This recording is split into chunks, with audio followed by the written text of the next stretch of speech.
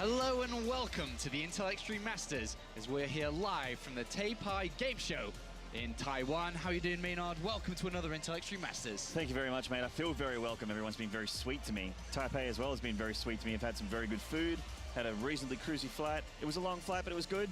Very happy to be here. Really happy to see all these players in this bracket turn up. Yeah, the first tournament of 2015. Very excited to get this underway. We have 5 days of StarCraft action. We can take a look at the schedule to show exactly where we're going to be going over the next couple of days. Today, we'll be starting off with the open bracket. 2 of them, of course, 16 players, 4 slots available to join into group play, which starts tomorrow, covering Group A and B, and then Friday, C and D, before the quarterfinals starting on Saturday, and then the semi-finals and above on Sunday. 5 days. 5 days of StarCraft action. A day more than what we normally get at an Intel Extreme Masters, so that's more for you guys, which means more for us as well, as fans and also commentators. Yep. Couldn't be more excited. A lot of action. Not too long days either. Most days are around about 6 or 7 hours, but 5 days worth of StarCraft action. And now let's take a little bit of a closer look. We already have 12 players who have qualified or been invited into group play that will be starting from tomorrow, and then of course on the search for 4 more from the open bracket later today. But let's have a look at this then. So Group A, we have Sen the local, Pult, and our 3-time Intel Extreme Master CJ Hero. Yeah, Hero's really got the big storyline here. He's looking for his 4th title. He's looking to get a revenge on a few players here, but also Sen, the last non-Korean to win a Premier tournament. Of course, we're looking out for him and how well he'll do as well. Group B consists of Classic, our 2nd non-Korean in the group stage play at least, Harston, and then of course Rain, our finalist from San Jose. Yeah, talked to Harston a little bit last night, and he's got something in store for these people in his group. So I'll be very excited to see how he goes in a couple days' time when we see him play. Looking forward to that one. Group C, San, 4GG, and our BlizzCon champion, Life. Yeah, Life, the big one here in this group. I mean, 4GG and San really can take games off of him. Absolutely, they have in the past. But Life will be looking very, very closely at him and see if he continues his reign of dominance. I'm kind of feeling him to win the entire tournament right now. Let's see if he can do that, because I think he's got a shot as well, Maynard. And finally, we have Group D, a very interesting group. We have Moru joining us here at the first time in the Intel Extreme Masters, Hydra, and of course, Partink. That's right. I saw Hydra play recently in WCS America. Would like to see how he goes against this big group of Koreans, these big scary boys in this Intel Extreme Masters in Taipei, the last stop before Katowice.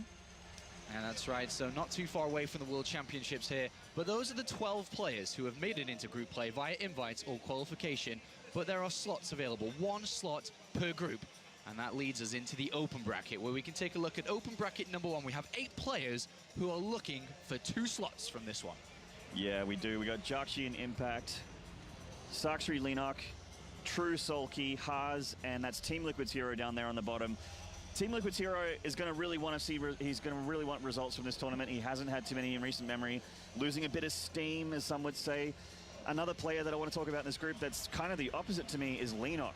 This kid's been on a real tear in Pro League, mainly against Protoss, but his ZvZ's never been shabby either. So these are kind of like the polar opposites, I feel, in this first dual tournament. And I'm kind of feeling, well, we've got some pretty scary Zergs here. A lot of Zergs, no secret, in this Intel Extreme Master. So plenty of ZvZs in this group, and more in the next as well. All right, so let's take a look at open bracket number 2. We have 8 other players who are looking for 2 slots from this bracket as well, to grab 4 in total across the 2 brackets, and some very good players in this one as well. Oh boy, Hyun. I can't even remember how many times he's been in Premier. He's been in Premier pretty much every single time in America, I feel. He's done so well. I'd be very interested to see how he does today. Revival and Dongre-gu. Patience, Ian, Daisy, and Snoot. Snoot, the foreign hope, as a lot of people would say, and as I would say as well, really is the strongest non-Korean here at this tournament, along with Sen, of course. A couple of the local Taipei, the Taiwanese, are here to play and see how they go. They've got a very tall order in front of them, though. So we'll see how this bracket plays out. I'm very interested to see how Dongre-gu will do today as well. He's been playing very well recently in the Mal, the beginning tournament that's been online recently, cast by Todd, who's here as well today to commentate. And Mal, he looked incredible in ZvZ. So we'll see how he goes today. It's been a long time since Dongre-gu's come to Intel Extreme Masters. He's here once again today, and we'll see how well he can perform later on during today's show. But here we are, ready for the first game of the Intel Extreme Masters, the first game of professional large events here in the StarCraft 2 scene, and it's going to be True versus Soulkey from open bracket number 1. Two big players here. Soulkey, a former GSL champion. He's been playing pretty decent as of recently, but True is a different type of player compared to Soulkey. Yeah, True's your mate, the one that you've predicted to win many, many times. Not a huge prediction from you this time, because I wouldn't either with this looking at this player group. It's very, very scary and a big call. But True hasn't really qualified before for an Intel Extreme Masters, and he's always had to come through the open bracket. That's right. Yeah. He's played in multiple qualifiers for multiple different Intel Extreme Masters, but he's never been able to actually do it. But he has traveled to open brackets twice before, and 2 times making it out of the open bracket. So he's had a lot of success, 100% success when he does come to the open brackets. And here he is again today, so we'll see if he can try to go through here. Whereas Soulkey, on the other hand, it's his debut. It's his first Intel Extreme Masters. It is, so would like to see if he actually comes and sort of makes himself at home here at Intel Extreme Masters in the circuit, and if he does pretty well. I mean, when we're talking about Dongre Gu's recent ZvZs, they were against Soulkey, and both players had extremely close series, so I'm kind of feeling Soulkey on this one. I think that based on what True's been doing lately and what Soulkey's been doing lately, just Soulkey's image is burning in my mind. It's a good image. I would definitely have to lean towards Soulkey as the favorite in this one, but True's got a very special place in my heart. Of course he does. I mean, I always hope he does well in tournaments. Usually, I can't say expect, but I hope he does well. I look at True and Rogue from when they were both on Jin Air Green Wings together as like the Mario and Luigi, the Smash Brothers of Zerg, both of them, but obviously not playing on the same team anymore. True still a very talented player, and I do believe that one day he will have that breakout performance. Can it be here? Because in the Intel Extreme Masters, especially in the qualifiers and the open brackets, we have seen those breakout performances come true. If you take CJ Hero, for example, of course, is one of the most talented and one of the best Protoss players in the world, but he really started his career and getting his name out there through the Intel Extreme Masters. And then we fast forward today, a 3-times champion, a 4-time finalist, and he's looking for his 4th title at this event. Well, Hero, it was his first big Premier Tournament win, was the Intel Extreme Masters in Singapore, I believe, and then he won the next one. Right. 2 in a row. Yep. First time anyone's ever done that. And then get himself a 3rd and a couple more Intel Extreme Masters time. So a lot of people would be picking that guy to win the whole thing altogether, I think. I think he's definitely a top 3 favorite here. Yeah. For me, at least, looking at the overall tournament now as we do prepare ourselves for game number 1, it seems like there is a couple of difficulties with getting into it initially here. But the top 3 players that really stand out for me, Maru, Life, and Hero. Yeah, Maru is also another debuter along with Soulkey in the Intel Extreme Masters, and I mean, sometimes when someone debuts in a brand new circuit, they can't really get their feet. They're sometimes a little bit difficult. There's a lot of the difference between a player that's an individual league player and a team league player. Yeah. Maru definitely been a team league player, but has gone deep in, I mean, if you go deep in a GSL, then you can do well pretty much everywhere, I feel. That's right. He's only traveled to 1 tournament abroad ever before, which was the global finals of season 2 finals. I think it was called season 2 finals in Cologne in 2013. And he didn't do that well when he traveled there, but Taiwan's a little bit closer to Korea. It's not, really going through time zones. It's a lot closer than Cologne. So hopefully he can perform well at this tournament here today. Another player, though, outside of the top 3 that I mentioned that has to stand out is our finalist from San Jose, Rain. Yes. Very narrowly missing out on the championship there that Hero stole away. That's right. Rotterdam's favorite player on the entire planet. Got a lot of love for Rain. He's one of my favorite Protosses as well. I feel like he's actually, him and CJ Enters as Hero are my favorite Protosses right now. Hero being a bit of an innovator, Rain being more of just a solid guy, kind of like the innovation of Protoss. Yep. Pretty easy to read, but just does it so well that he wins anyway. So I'm fully expecting Rain to go very deep today. Do you have any, outside of the obvious ones that we've kind of brought up, any players here that, whether in the open bracket or in the group stage, that you can say that, yeah, I think he could do well, or I would like him to do well? I would love for Sen to do well today. And that's saying a lot because he hasn't, well, I mean, he did win the Taiwan Open against some pretty scary players. Yes. But I don't know if he will because I haven't seen him play, to be frank. But if he plays like how he used to play, I think he'll make groups pretty easily. And I think that he'll probably get far. I'm not sure if he'll make it out of groups, but yeah. All right, well, just hearing that True does have a couple of issues with his equipment, which is what's holding us up right now before getting into this one, as the players did arrive roughly about half an hour to 45 minutes ago, so kind of still setting up and getting ready to go. Other open bracket games are being played as well. We have Rotterdam and Nathanias covering from a second stream too, so you can always go and have a look and check out that stream to see what's going on over there. But we're going to be trying to cover as many and as much as we can across the 2 streams of open bracket today. And by the end of today's action, we will have 4 players that move on into group play tomorrow, and unfortunately everyone else will be eliminated very early on. Of course, open bracket is where you pay for your own way over, you get your entrance into the tournament, and then it's you give it your best or you're going home. Yeah, everyone here is being, well, most people here are being sent by their team. Some people have actually just paid their own way. So a lot of dedication, a lot of passion out there in the player pool on the other side of the other side of the partition here. So yeah, a lot of those guys look very ready. They look very alert and very sharp. So especially because we're so close to Korea, the Koreans have no jet lag like they would say going to some of the other Intel Stream Masters in Europe or anything like that. So they are looking very on point out there, laughing, having a great time. They all look very happy to see each other. Yeah, a lot of them just flown in. I mean, last night, this morning, I don't know, I think it was last night, but not a long flight, nice and easy to get over here, and hopefully we see some of the best performances from them as we go deeper and deeper into the tournament. Now let's highlight a different part of this here, Maynard. Let's talk about the non-Koreans that are competing in this tournament. You brought up Sen a little bit already. You talked a bit about Harston before, so let's go in a little bit deeper into him now. What do you think his chances are? He's in an all Protoss versus Protoss group, which will be played out tomorrow. He's with Rain and with Classic. Harston, I haven't seen something that tells me that he'll do well, but I think that because I talked to him last night, he oozes so much confidence, and he seems, and you look in his eyes, he is convinced in himself. He's very, very sure of himself that he has got something. He didn't say what, but he says he's got something planned for Classic in particular.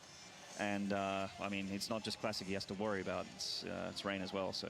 Yeah, I mean, the thing is with both of the Protoss players in there, Protoss versus Protoss, you can really study well to play against your opponent. Classic plays in Pro League, he's playing a lot in these televised matches in many different tournaments in Korea.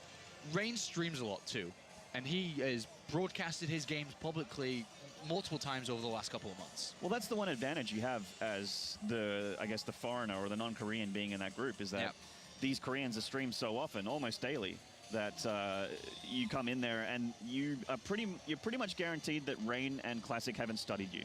Yes. So you can pretty much go in there and prepare as well as you can. So preparation definitely on Harston's side, but he's up against the mechanical brilliance of people like Rain and you know, the innovation of people like Classic. So. All right, well, the other 2 non-Koreans left in this tournament that we haven't really talked about are the local Taiwanese players. Outside of Sen here, we have Ian and Haz. Yes. What do you think about these 2? Can these? They're both in the open bracket. Very difficult open brackets because we've talked about how difficult they are, and we've had a look at them as well. I want to look Any chances? I want to look you in the eye and tell you that they'll get through Apollo, but I'm not sure I can. I'm very worried for Ian and Haas. They haven't. It's been a long time between drinks for those guys. It's been a while since they've put some score on the board, so. I would love for them to do well. I mean, the thing is, we haven't seen them play for a while. They played in the. They actually played in their local qualifier for WCS, the Hong Kong, sorry, the Taiwan, Hong Kong, and Macau qualifier. But they ended up falling to Sen, who is obviously.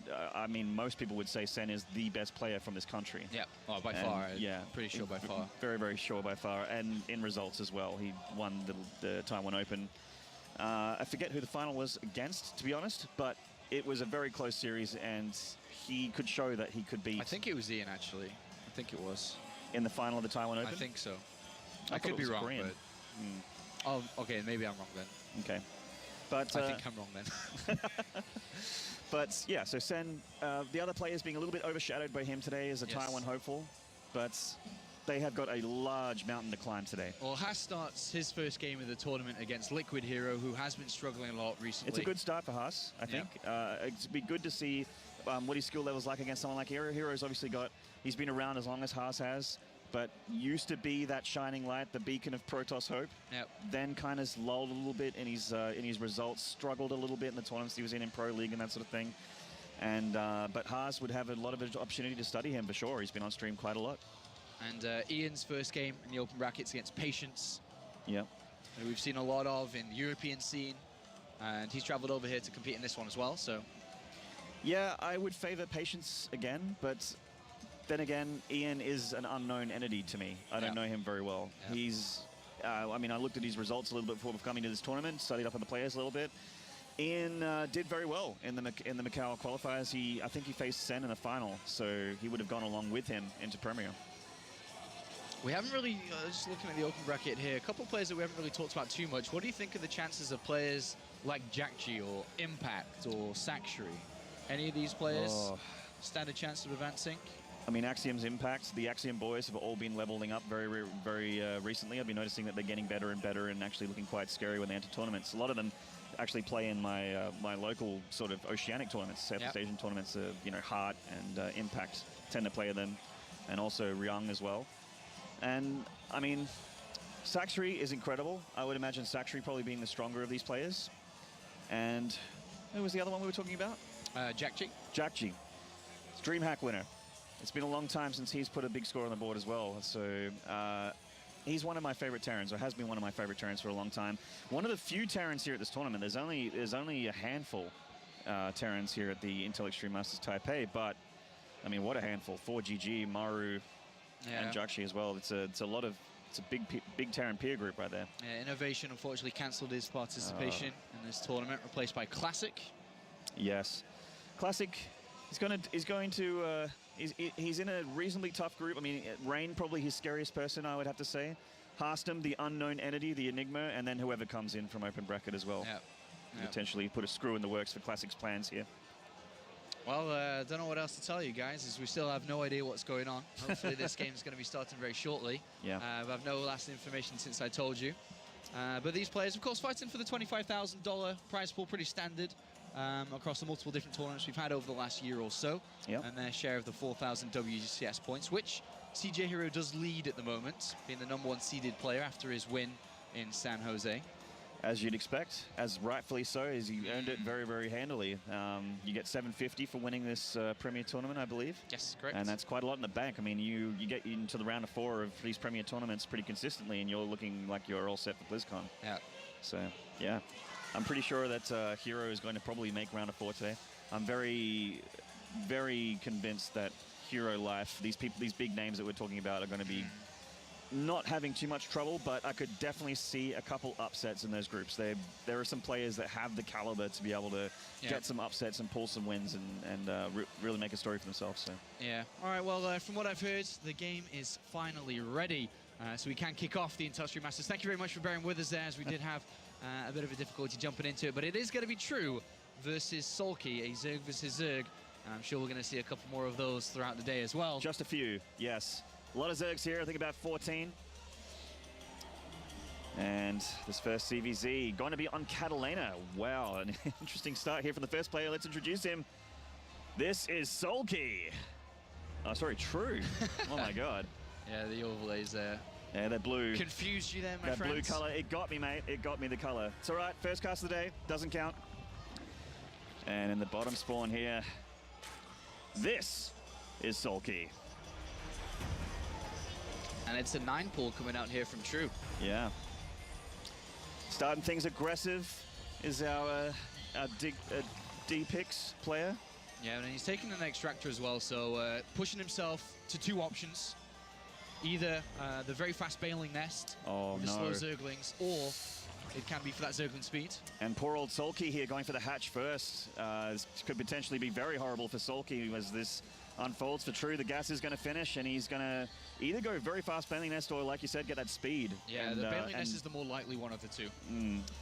This amount of Zerglings, yeah, could definitely be either or. I mean, you could hide a bunch of speedlings and just overwhelm your opponent. Soulkey getting gas before pull as well, Apollo. Yeah, he's chosen to delay spawning pull here to get that extractor to look at getting Zergling speed himself pretty early on in the game, but as you can see, this attack's already coming. Unfortunately for Soulkey, he sent his first overlord north, and the second one went left, which means he's getting the very latest, if any, scout at all to this. Everything that could possibly go wrong has gone wrong for Soulkey. He did take the inside of that little pylon in the middle of the map there, so he will see the lings. But what can you do? You can just watch them come to your front door. There's not a whole lot you can do. He could pull the drones. Yeah, he could try and hold the natural hatchery, but he could let it die as well. Minimal chances to hold this at the moment. You've got to have very good drone micro. You've got to you know, run away from those 2 banelings, but will be morphing in a couple of seconds. This is going to be very difficult for Soulkey. He's going to pull a couple lings off and make a couple banelings here, and that's going to make things very rough when you're defending with purely drones. The spawning pool just finishing now, making 8 lings and a queen, and he needs to fight off until these lings finish. But even then, he has to worry about the banelings as well, which are morphing right now on the ramp.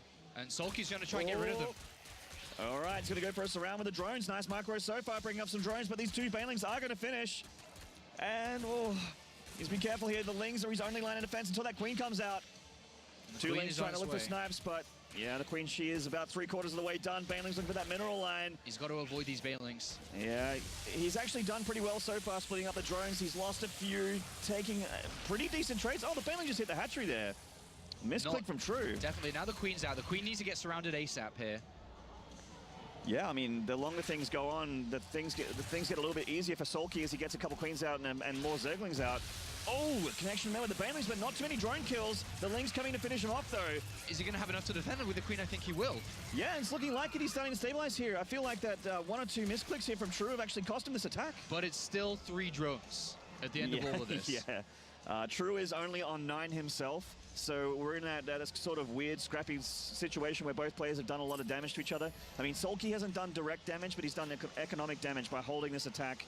Meanwhile, True has only been making Zerglings this game, so... Well, what is True doing now? Is he continuing to build Zerglings? It looks like he is. Yeah, getting speed as well on the way. Yeah. And at this point, with the difference in terms of the income, True simply has more money coming in, therefore can just build more stuff. He doesn't have the queen, therefore doesn't have the same amount of production, but at the end, True realizes, or Soulkey realizes, True will be able to pick up that win. And well, at the end of the day, 2 builds that one is much better versus the one here that we saw from Soulkey. Yeah, well, I mean, I didn't want to say it, but that was a build order win almost when you go for early lings with speed, that 9 pull into speed against someone that goes hatch first, then gas, then pull. Yep. How do you hold that? I mean, that's extremely difficult. I've seen it happen before, but not 9 times out of 10. That's a win for the aggressive player. It is holdable, but it is very, very difficult to do so. So it is True that goes up 1-0 in this best of 3. We'll continue this series in a couple of seconds. We'll be right back.